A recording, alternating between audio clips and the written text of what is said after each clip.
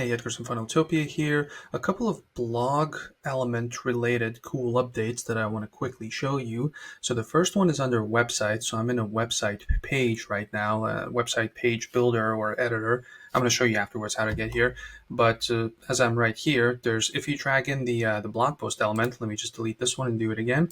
Basically, if we press plus and move my face beforehand, there's the blog post element. If we drag it in, there's this new pagination feature over here. So if you click on it on the right side, you can see it here. So right now it's set to 6. So if it's set to 3, basically that's how many posts it shows before you have the option to expand, right? If it's like a post list, this is basically what the blog post list, this is what the element kind of means.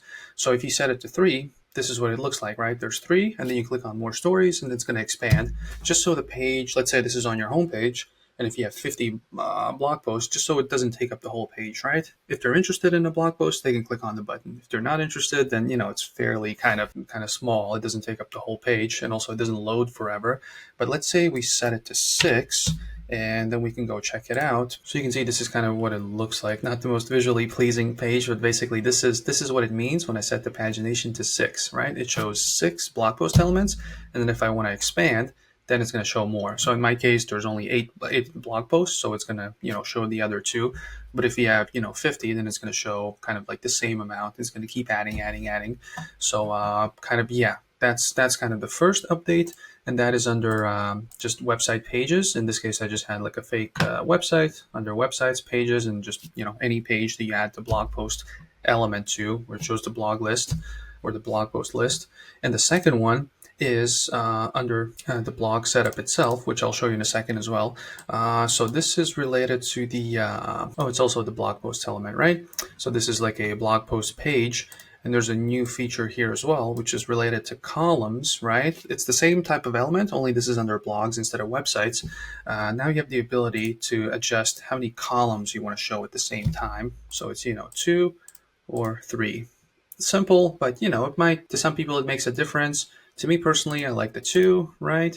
Or just some people like this one as well, and there's 2 different layouts, which has been a feature for a while.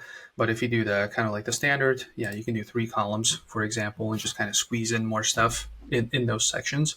But yeah, and this thing is under, let's go back. This is under sites, blogs, and then you pick your blog basically, and edit blog site. That's the page you're editing, and that's where the element is, just so you know. But yeah, those are kind of 2 different blog related elements on 2 different places, depending on where you kind of, this is kind of like the blog central itself. And then also if you want to kind of mention your blog in a website, then it's slightly different, but those are the new kind of 2 new features, if you will. So definitely go check them out. It gives you more flexibility on how you present all your blog posts. But yeah, that is it for this one.